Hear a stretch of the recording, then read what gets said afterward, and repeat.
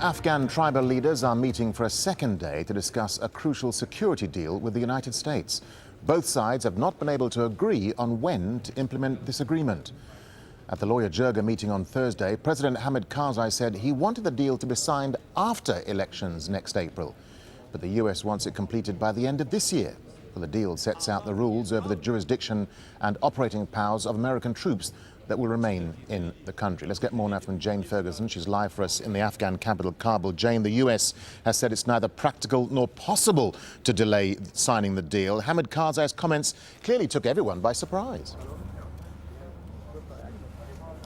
Absolutely, Darren, not least Washington, D.C., who really felt like at the very end of extremely tough negotiations, right up to the final hour, that they had reached some sort of consensus on the draft itself. U.S. Secretary of State John Kerry and Afghan President Hamid Karzai had been negotiating right down to the very final morning of the first day of the Jirga yesterday. And of course, when Hamid Karzai made his speech, he talked at length about that, about the negotiations, the phone calls between him and Kerry, and about the letter that Obama had signed guaranteeing that US troops would respect the homes of Afghans here.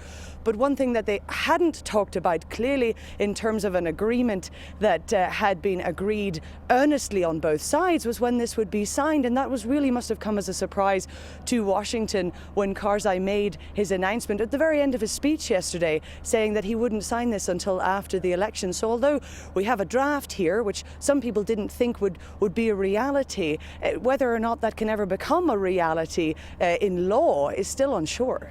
So, Jane, there are clear difficulties then in hammering out this deal, but what's on the agenda for today then?